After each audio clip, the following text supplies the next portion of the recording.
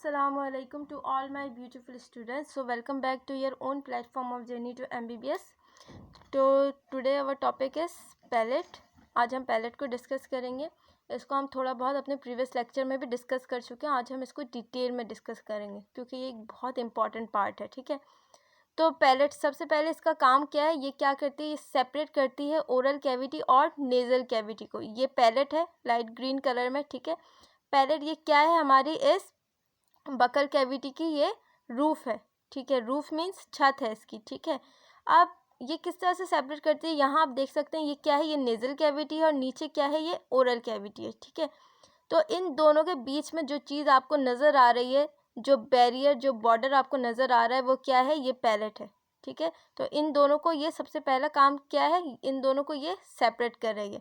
ठीक, अगर अब हम पैलेट को डिटेल में देखें, अगर इसको हम ऑब्ज़र्व करें, हर चीज़ रट्टा लगाने की नहीं होती, आप खुद इस लेक्चर को सुनते हुए ऑब्ज़र्व कर सकते हैं. आपको कुछ याद करने की भी ज़रूरत नहीं पड़ेगी, सब कुछ ईजीली आपका कॉन्सेप्ट जो है खुद ही क्लियर होता चला जाएगा. ठीक, अगर आप अपनी ज़ुबान को ऊपर की तरफ रोल करें, ऊपर ये जो रूफ है, ये यहाँ ये आपके दांत है. ठीक है, ये दांतों के बिल्कुल साथ से जो पैलेट आपका स्टार्ट हो रहा है, जो आपकी रूफ स्टार्ट हो रही है, आप वहाँ पे अपनी ज़ुबान को टच करें, रोल करें अपनी ज़ुबान को, तो आपको महसूस होगा कि ये दांतों के साथ से ये जो पार्ट स्टार्ट हो रहा है, ये बिल्कुल हाफ तक जाके बिल्कुल हार्ड पार्ट है.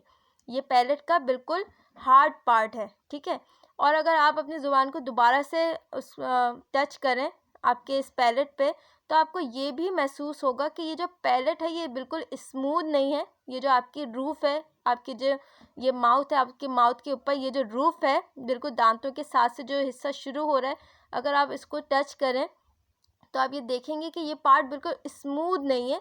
यहाँ पे क्या है, कुछ फोल्ड्स आपको महसूस होंगे, कुछ रिजेस महसूस होंगे आपको. ठीक है, कुछ उभार से अप एंड डाउन से आपको महसूस होगा.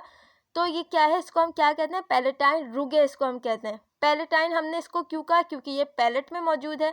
रुगे हमने क्यों कहा, रुगे का मतलब है फोल्ड्स, कुछ इस तरह के होते हैं, कुछ इस तरह के. ठीक है, फोल्ड्स आपको महसूस होगा. ठीक है, तो रुगे का मतलब है फोल्ड्स. तो हम इन फोल्ड्स को क्या कहते हैं, इन फोल्ड्स को हम कहते हैं पैलेटाइन रुगे.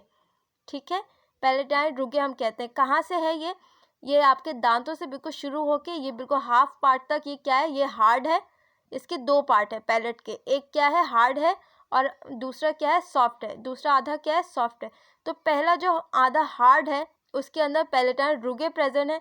और ये जो रुगे है, ये जो फोल्ड्स है, ये किस लिए है, टू प्रोवाइड फ्रिक्शन. ये जब आप अपने फूड को चबा रहे होते हैं तो ये आपको फ्रिक्शन प्रोवाइड करती है, अच्छी ग्रिप देती है ताकि आप उसको अच्छी तरह से चबा सकें.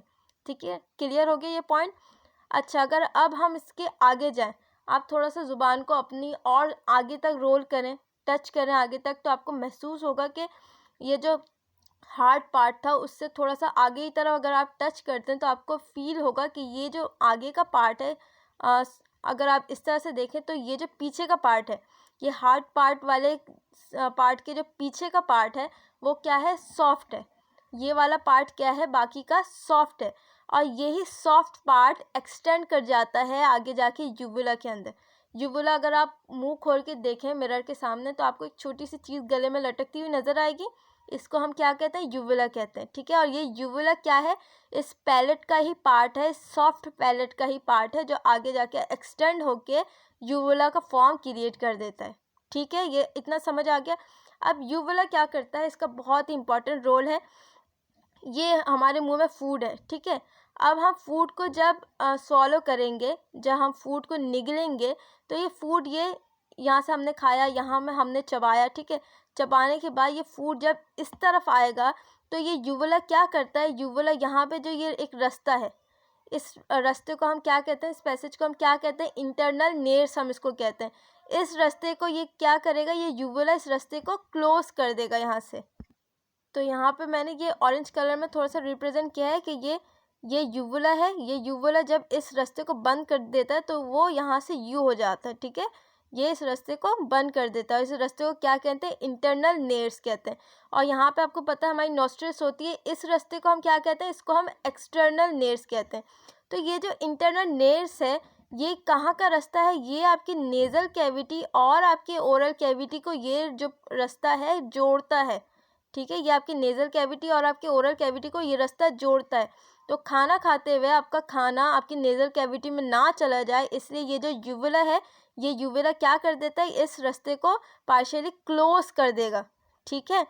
अच्छा, बहुत इंपॉर्टेंट पार्ट, अगर यूवुला इस रास्ते को क्लोज नहीं कर रहा होता तो क्या होता, तो हम जो भी खाना खाते तो क्या होता है, वो हमारे नाक में चला जाता है ना। अक्सर ऐसा होता है कि जब बहुत स्ट्रॉन्ग कोल्ड ड्रिंक आप पीते हैं तो इसकी जो कोल्ड ड्रिंक की जो गैस है आपको महसूस होती है कि वो आपकी नाक पे चढ़ गई है ना। अक्सर ऐसा होता है ना, नाक को पकड़ के बैठ जाते हो फिर। अक्सर ऐसा होता है कि बहुत स्ट्रॉन्ग जो कोल्ड ड्रिंक होती है आपको ऐसा फील होता है कि हमारी नाक पे चढ़ गई, ठीक। तो वो यही रास्ता होता है, यही रास्ता होता है इंटरनल नेज जिसको कहते हैं। ये रास्ता क्या होता है, कनेक्ट करता है आपकी नेज़ल कैविटी और आपकी ओरल कैविटी को। तो खाना खाते हुए अगर खाना नाक पे चढ़ गया तो सांस लेने में बहुत प्रॉब्लम हो जाएगी, बिल्कुल हो जाएगी। तो इसी चीज़ से बचाने के लिए ये जो यूवुला है, ये रास्ता ये क्लोज कर देता है, ठीक है। यहाँ तक क्लियर हो गया। अब हम देखेंगे ह्यूमन डेंटेशन। अब हम दांतों पे आ जाएंगे। दांतों की कितनी किस्में होती है, क्या कहते हैं, कैसे होते हैं, क्या फार्मूला होता है, डेंटल फार्मूला, ठीक है। तो दांतों के बारे में हम उनके शेप के बारे में बात करने लगे कि कितनी तरह के होते हैं।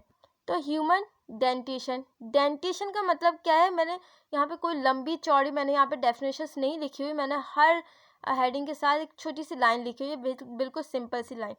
Arrangement of teeth on jaws in dentition, मतलब टीथ का जो अरेंजमेंट होता है जॉ के अंदर, उसको हम क्या कहते हैं, डेंटेशन कहते हैं, ठीक है। तो कितनी तरह के यहाँ पे हमारे पास, ये 4 तरह के हैं। तो सबसे पहले हमारे पास ये हेट्रोडोंट, ठीक है। तो हेट्रो का मतलब आपको पता है डिफरेंट है, ठीक है। तो जो हेट्रोडोंट है इसके अंदर क्या होता है, डिफरेंट टाइप्स ऑफ टीथ इसके अंदर इन्वॉल्व होते हैं, ठीक है। हेट्रोडोंट के अंदर different types of teeth involve होते हैं। दूसरा हमारे पास क्या है, डायफायोडोंट, ठीक है। ये क्या होते हैं, ये 2 दफ़ा आते हैं, पेयर्स ट्विस, ये 2 दफ़ा आते हैं, ठीक। ज़िंदगी में एक दफ़ा गिरते हैं और फिर एक दफ़ा आते हैं, जो कि हमारे साथ होता है, ठीक। तीसरा है हमारे पास थीकोडोंट। अब जो थीकोडोंट होते हैं वो क्या होते हैं, एम्बेडेड होते हैं जॉ के अंदर, जॉ की जो बोन होती है उसके अंदर ये एम्बेडेड होते हैं, अगर आपको लिखा हुआ नज़र आए, ठीक है। उसके बाद सबसे लास्ट है ब्यूनोडोंट। ये मैं आपको एक्स्ट्रा बता रही हूँ, ये वैसे इतना डिटेल में पूछा नहीं जाता, ये मैं एक्स्ट्रा बता रही हूँ नॉलेज के लिए, आप इसको याद रख सकते हैं। जो आपको अक्सर कोलगेट वगैरह के ऐड में जो दांत आपको दिखाए जाते हैं ना इस तरह कप शेप में, इस वाले दांत को कहते हैं ब्यूनोडोंट, ठीक है। वो जो इस तरह के होते हैं, तो ये वाला जो इसका उभार वाला जो पार्ट है इसको क्या कहते हैं, रिजिस कहते हैं। और ये जो कप शेप है, जो कप बना रहा है, डीप हो रहा है अंदर की तरफ से, इसको हम क्या कहते हैं, कप शेप इसको हम कहते हैं, ठीक है, जिसको हम कस्प कहते हैं, ठीक है। तो ये किस तरह के दांत होते हैं, ये रिजिस एंड कस्प वाले दांत होते हैं। और ये क्या है, ये नीचे ये मोलर या फिर प्रीमोलर, ठीक। अब मैं इन तीनों को आपको समझाती हूँ कि ये तीनों कौन कौन से होते हैं। तो सबसे पहले अगर मैं इस वाले दांत की बात करूँ, एक्रोडोंट, तो ये एक्रोडोंट किस तरह के होते हैं, ये क्या है, ये आपकी जॉ है, ये देखें ये आपकी जॉ है, ठीक है। तो ये दांत आप देख सकते हैं बहुत थोड़ा सा है जॉ के अंदर, ये वाले दांत क्या है, बहुत थोड़ा सा है ये जॉ के अंदर, बहुत ज़्यादा डीप नहीं है, यानी कि ये उतना ज़्यादा स्ट्रॉन्ग नहीं है। तो ये वाले दांत जो होते हैं जितनी बार गिरेंगे उतनी बार आते हैं। ये दांत थोड़े कमज़ोर होते हैं, तो इनको क्या एक बेनिफिट दे दिया है, इनको बेनिफिट ये मिला है कि ये दांत जितनी बार टूटेंगे उतनी बार दोबारा से आ जाएंगे। तो ये वाले दांत होते किन के अंदर, फिशेस के अंदर और एम्फीबियंस के अंदर। ये आप पिक्चर में भी देख सकते हैं कि ये इतना ज़्यादा जॉ के अंदर एम्बेडेड नहीं है, तो इसका मतलब ये उतने ज़्यादा मजबूत भी नहीं है, ठीक है। उसके बाद आ जाता है प्लूरोडोंट के अंदर।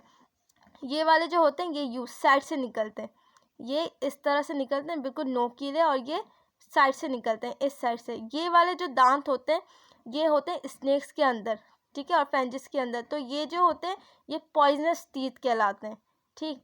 उसके बाद आ जाते हैं थीकोडोंट। थीकोडोंट क्या है, सबसे ज़्यादा मजबूत होते हैं ये देखें, ये अच्छा खासा ये इसके अंदर है, जॉ बोन के अंदर एम्बेडेड है, अच्छा खासा, ये बहुत ज़्यादा मजबूत होते हैं। जितना ज़्यादा आपके जो दांत है वो आपके अगर जॉ के अंदर जितना ज़्यादा एम्बेडेड होगा दांत उतना ही ज़्यादा मजबूत होगा। और वो वाले दांत एक बार गिरते हैं तो सिर्फ एक ही बार लाइफ में वापस आते हैं, बार बार नहीं आते। अच्छा, एक और मैं आपको अगर एक्स्ट्रा बता दूं, तो ये इस तरह के होते हैं, ये क्या है, ये इसकी जॉ है और ये इसके अंदर से यू होते हैं, ऐसे दांत किसके होते हैं? ऐसे होते हैं एलिफेंट्स के, है ना। इसको क्या कहते हैं? लोब्स कहते हैं। इसको हम क्या कहते हैं? लोब्स कहते हैं। और इस तरह के दांत को हम क्या कहते हैं? लोफोडोंट कहते हैं, जो वो एलिफेंट्स में पाए जाते हैं। तो ये सब क्या है? ये फिशेस और एम्फीबियंस वगैरह के ये होते हैं, ये स्नेक्स वगैरह के होते हैं, ठीक है, ये एलिफेंट्स के होते हैं, ठीक। तो जो ह्यूमन डेंटिशन है, तो ह्यूमन डेंटिशन में कितनी तरह के होते हैं? ये 4 तरह के होते हैं, ठीक है। हेट्रोडोंट, जो कि कितने डिफरेंट टाइप्स ऑफ टीथ, और आपको पता है कि हमारे अंदर डिफरेंट टाइप्स ऑफ टीथ है, जिनको हम आगे जाके डिस्कस करेंगे, ठीक है। दूसरा क्या है? डाइफायोडोंट अपेयर्स ट्विस, मतलब ये जिंदगी में सिर्फ 2 बार आते हैं। बिल्कुल हमारे अंदर यही है ना कि एक जो हम कहते हैं कि दूध के दांत, वो जब एक बार आते हैं वो गिर जाते हैं, तो एक और बार आते हैं ज़िंदगी में, बस सिर्फ 2 बार आते हैं।